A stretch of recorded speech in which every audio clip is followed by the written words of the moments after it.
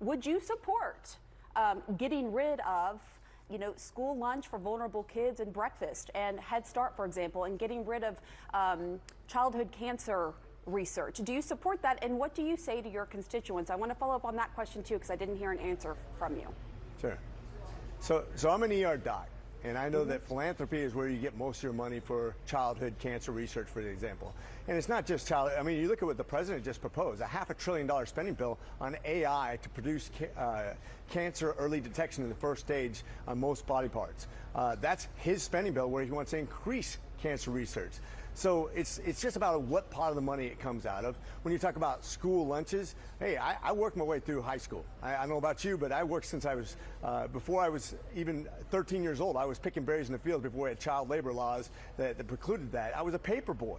And when I was in high school, I worked my entire way through. You're telling me that kids who stay at home instead of going to work at Burger King, McDonald's during the summer, should stay at home and get their free lunch instead of going to work. I think we need to have a top-down review. I think you're painting a Think lot about of where these kids kids with a need to broad actually brush. be. I would say that's not necessarily a fair assessment of all of the kids. So you would say all the kids in your district who use the free lunch, for example, or breakfast, they're all just sitting at home and not working.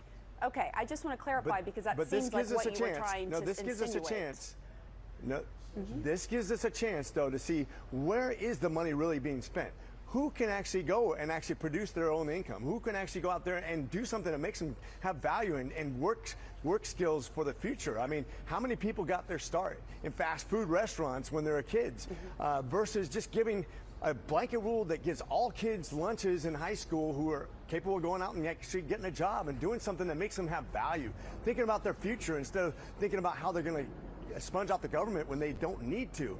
We don't give people value. We don't give them the ability to dig themselves out when we penalize them for actually working and actually keep them on welfare. That's what's been the inner city problem for a very long time. We need to have a top-down review so we can get people out of poverty, because you know what? America's very good at creating jobs and giving people worth. And we've been very traditionally good at that, but we're losing our way. And that's when we give people incentives to stay at home and not work. That doesn't work for America. But a lot of these kids aren't even of working age. They're young kids, and as you well know, and also some of the kids at Head Start, they're like 5 and under. But I just want to ask you because